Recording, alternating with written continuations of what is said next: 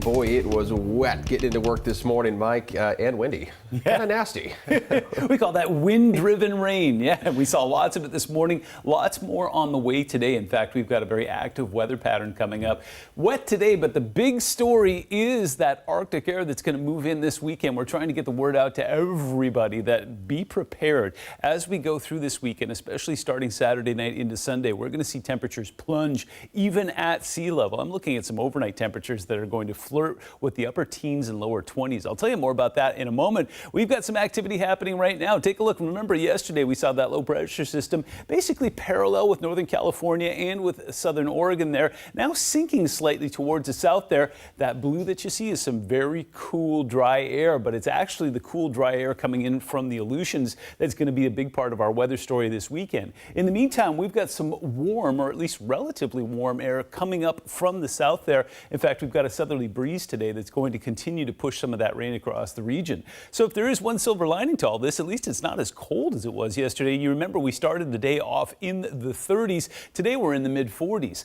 Lots of color on the map and lots to break down. We'll start with this coastal flood advisory. Between about 7 and 10 this morning, we're going to see high tides about a foot higher than normal. So we're not talking about anything critical, but some of the parking lots could be slightly flooded today. There'll be a few isolated closures in parks here and there.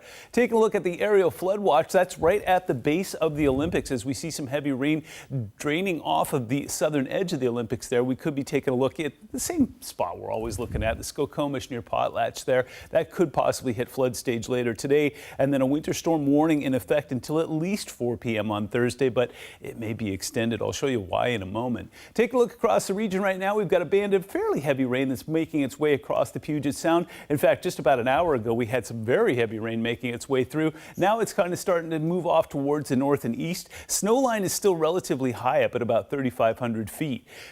Fast forwarding through the day today, more rain on the way as the frontal boundary makes its way along the coast there. There is the potential for some thunderstorms. And then as we go through the night tonight and into tomorrow, we're tracking more isolated rain. Snow levels are high today, but they're going to drop and even get down to sea level as we go towards next week. So something to keep an eye on. Another thing to keep an eye on, snow potential. Lots of it between now and this weekend. We're looking at the possibility of more than 3 and possibly 4 feet up towards Baker. That's going to be great news for building the snowpack and getting winter on track. Take a look at your 7-day forecast. We're going to hit the upper 40s today, and then as we move through this weekend, look at next week. Overnight lows will be in the 20s and possibly in the teens next Tuesday.